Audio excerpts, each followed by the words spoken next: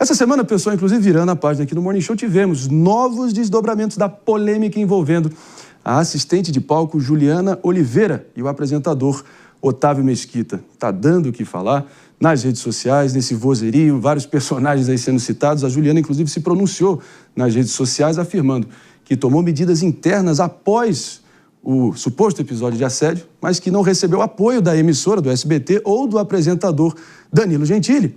E claro que a declaração motivou Danilo Gentili a quebrar o silêncio em um longo vídeo ali em torno de 45 minutos nas redes sociais, no qual o próprio apresentador mostrou conversas e áudios particulares que contrariariam a versão da sua ex-ajudante de palco. Vamos conferir aqui um deles, vamos lá.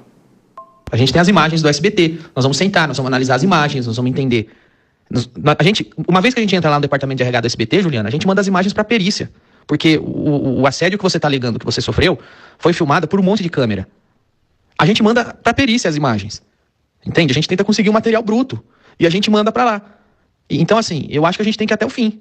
Vamos comprar essa briga. Vamos comprar, foda-se. Se você está se sentindo mal, que eu nunca soube até este momento que isto te deixou mal desse jeito, que, como eu já te disse, eu entendi que foi uma maluquice que aconteceu no programa e passou e estava tudo bem. Agora, se deixou uma cicatriz desse tamanho, nós temos que resolver, Juliana. E eu tô com você. Então, eu acho que a gente pode, segunda-feira, ou para não nem perder tempo, segunda ou terça. Se quiser terça, depois que gravar o programa, melhor ainda, que na terça agora a gente grava o último programa do ano, sai do programa na terça, vai pro RH, leva tudo, pede perícia nas fitas. Depois que fizer a perícia, a gente registra a BO na delegacia e eu vou estar com você até o fim. Eu tenho certeza que o João também vai estar. O que você acha? Áudios enviados a ela ali no primeiro momento onde ela cogitou vir a público e, enfim, lançar essas acusações. Se isso aí não é, enfim, serrar a fileira, apoiar incondicionalmente, eu não confesso que eu não sei o que é. Mas eu quero te ouvir aqui, Mano Ferreira, também para a gente desconstruir esse quebra-cabeça aqui, em respeito total e absoluto à precisão dos fatos e da cronologia como tudo aconteceu. Até porque, enfim, tá no domínio público que depois dessas acusações que ficou ali no âmbito interno da produção e da direção do Da Noite, o próprio Danilo Gentili impossibilitou, vetou a ida do apresentador Otávio Mesquita no seu programa. Inclusive, houve ali uma espécie de invasão por ambos dividirem a mesma empresa e houve um bate-boca ao vivo numa edição do Da Noite. Isso foi visto por muitas pessoas. Como é que você vê tudo que está posto? Eu acho, Marinho, que vale a pena, até para contextualizar para a nossa audiência, a gente recontar a história do começo. Vale lembrar, tudo começou num episódio em 2016, quando o apresentador Otávio Mesquita foi convidado no programa De Noite, o talk show do Danilo Gentili, onde Juliana era assistente de palco. No lugar de fazer a entrada habitual dos convidados, o Otávio Mesquita sugeriu, e teve a sugestão aceita pela produção do programa, de entrar a partir de uma corda que vinha do teto. Com a máscara de Batman. Com a máscara do Batman, exatamente, vestido de Batman. Exatamente.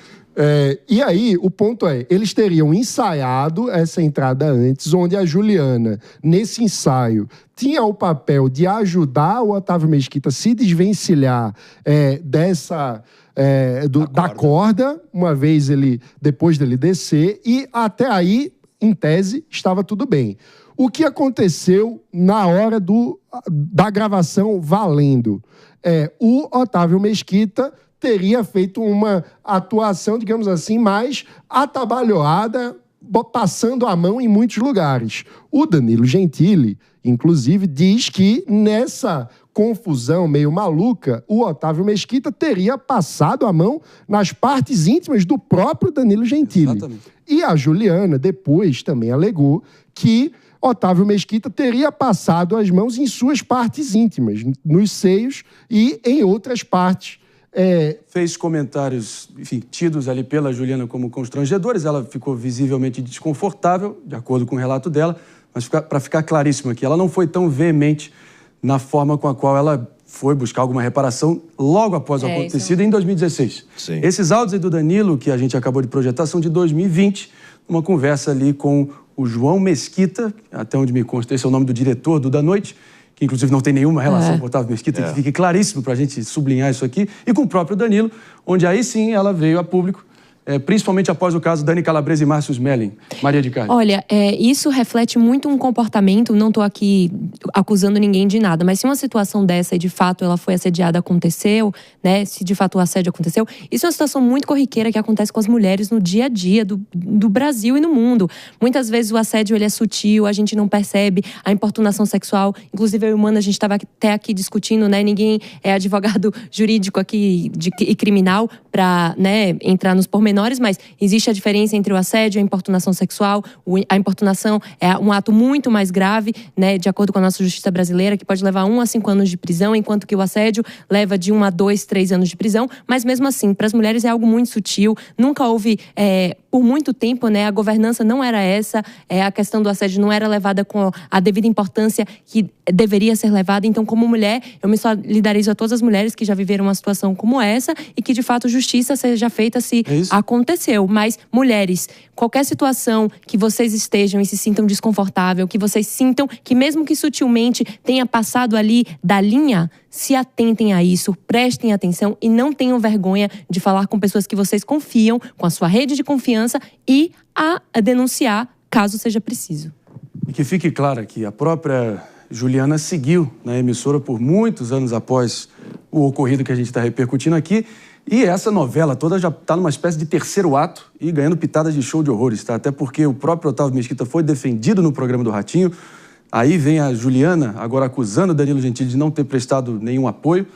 Mas isso também acende um grande debate aqui, porque o Brasil sendo essa desgraçada capital do feminicídio, de assédio, de um machismo ainda existente aí em setores aí, enfim, que deveriam ser rechaçados completamente. Mas aí, mano, entra aqui no momento que a justiça vai ter que se decidir.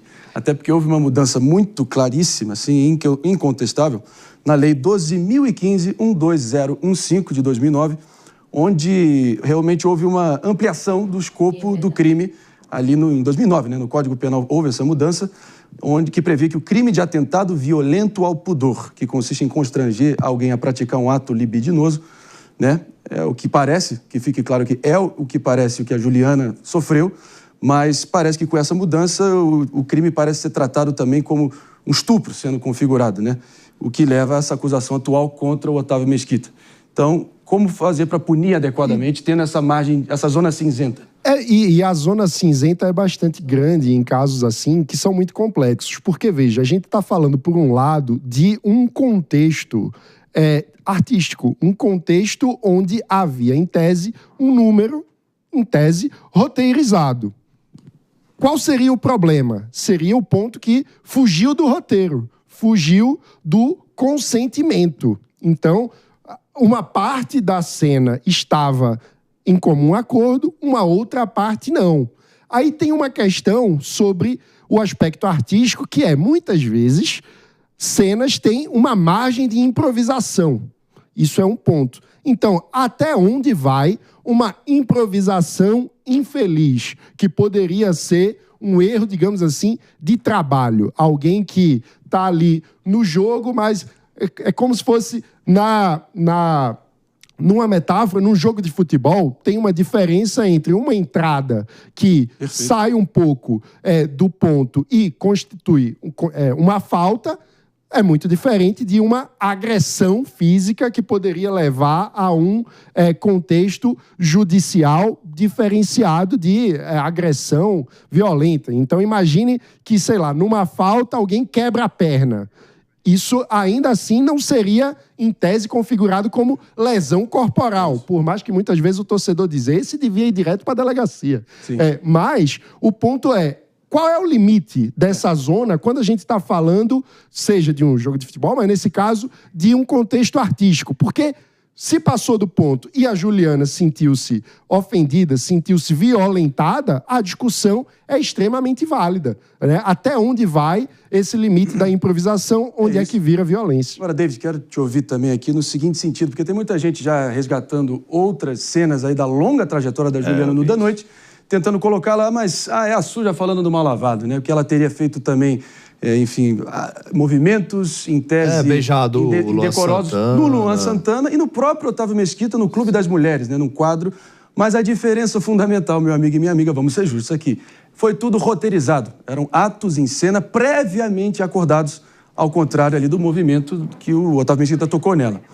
Vamos ouvir o David. É porque a gente vive numa sociedade onde muitas vezes a mulher é descredibilizada quando ela sofre algum tipo de situação como essa. Por exemplo, eu assediei porque ela estava usando uma roupa curta. Eu assediei porque ela estava dando moral para mim. Às vezes a pessoa está sendo simpática e aí confunde as coisas. Então, por isso que a gente não pode descredibilizar nunca o depoimento da vítima. Claro que tem toda uma investigação que precisa ser feita, realmente precisa ser muito bem apurado esse caso, mas eu não estou citando só esse caso específico. Eu estou citando sobre a descredibilização. Eu, por diversas vezes, já fui fazer matérias relativas aí a mulheres que foram violentadas, agredidas, e na maior parte das vezes, muitas não denunciam justamente por conta dessa descredibilização que ela sofre, porque estava usando uma roupa curta, porque às vezes foi simpática, e aí os homens acabam confundindo as coisas também. O fato é que parece que é uma novela longe ainda do fim. A gente torce para que a justiça seja feita,